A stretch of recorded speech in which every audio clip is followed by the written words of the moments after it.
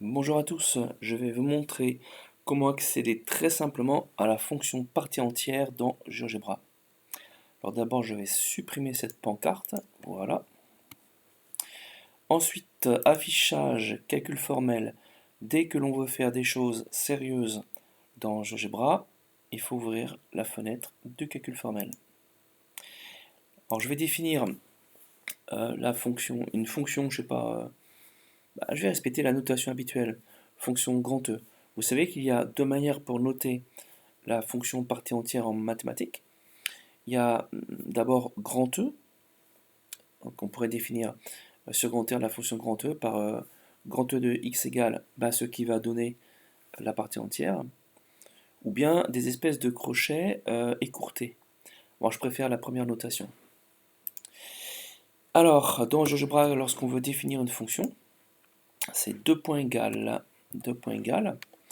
Alors, pour avoir accès à la partie entière, c'est comme dans Python, c'est floor. Je vous rappelle que dans Python, vous êtes obligé au préalable de loader floor dans la bibliothèque mathématique de Python.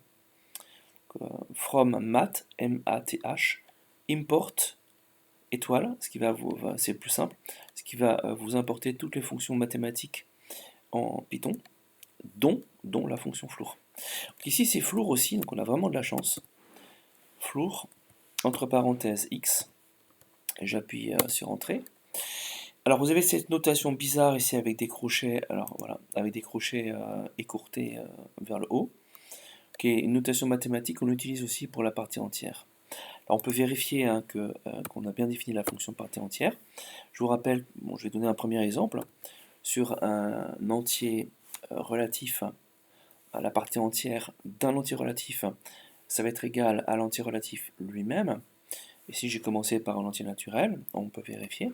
Partie entière de 4, ça fait bien 4. Partie entière, alors j'ai peut-être intérêt à effacer la fenêtre, voilà. Partie entière, donc grand E de moins 5. La partie entière, je réitère ce que j'ai dit précédemment, la partie entière d'un entier relatif, ça donne l'entier relatif en question, on peut vérifier. Partie entière de moins 5, ça fait bien moins 5. Et puis ça va se compliquer un tout petit peu quand on va manipuler des nombres qui sont des nombres réels et qui ne sont pas des nombres entiers. Comme par exemple, je sais pas, 4,9. Il faut que j'efface parce que sinon ça va créer des confusions, je suis désolé. Grand E de 4,9. Alors là, pardon, 4,9, il ne faudra pas oublier qu'on est dans ici GeoGebra.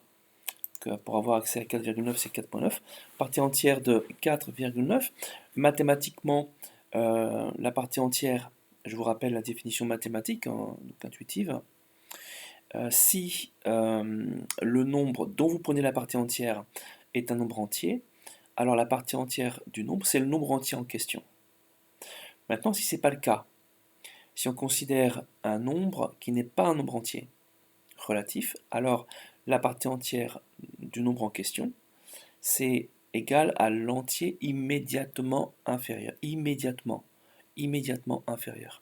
Ici, en l'occurrence, 4,9 n'est pas un nombre entier, donc la partie entière doit vous donner 4. Le nombre entier immédiatement inférieur, c'est pas l'arrondi, ça n'a rien à voir.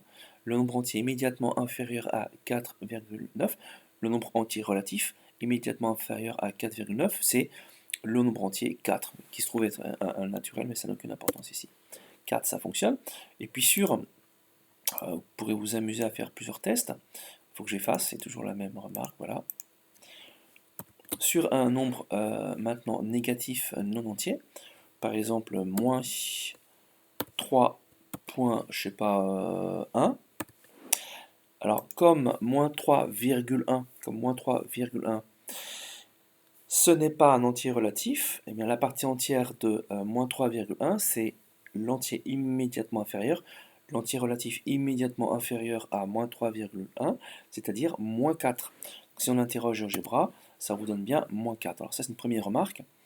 Une deuxième remarque que je voulais faire, c'est que la représentation graphique de la fonction partie entière, ça vous donne représentation graphique dite en escalier. Alors le petit souci, c'est que GeoGebra par défaut, en fait, il ne va pas grossir un point qui appartient à une représentation graphique, sauf si on lui demande de le faire. Alors il y a une possibilité pour visualiser mieux en fait la représentation en escalier qui correspond bien à celle de la fonction partie entière.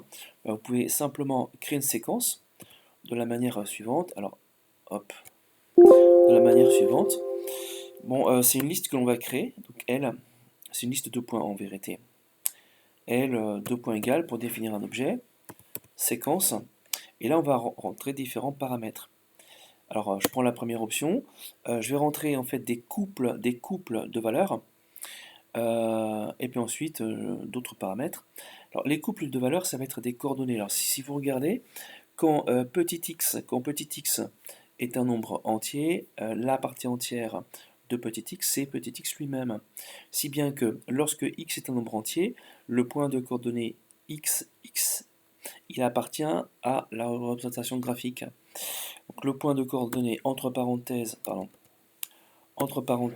x, virgule x, on ne rentre que les coordonnées, il appartient à la représentation graphique.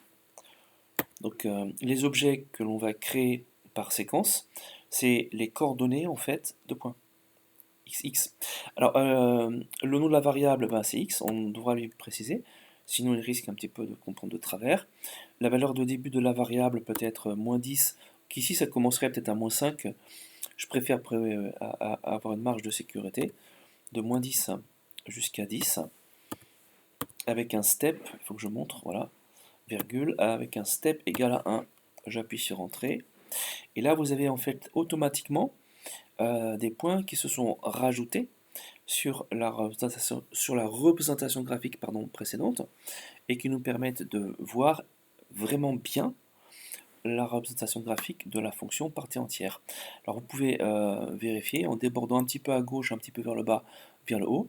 Comme on a prévu une marge de valeur de x bougeant de moins 10, ici là, de moins 10 jusqu'à 10, eh bien on ne sera pas gêné rapidement. Par contre, si on allait trop loin vers la gauche, par exemple à moins 11, eh bien il y a des points qui vont commencer à manquer ici. Hein. Bon, vous avez compris le principe.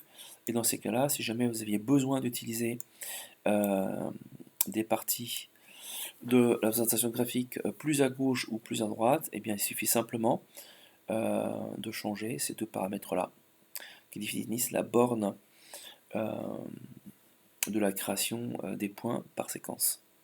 Alors une petite remarque, hein, visuellement c'est évident, alors mathématiquement ça demande un petit travail pour être démontré, mais la fonction partie entière qui est définie sur grand R, elle est croissante au sens large, sur grand R.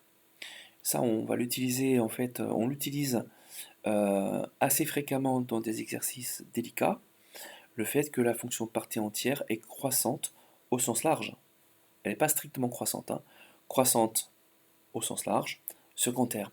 Je vous dis à très bientôt.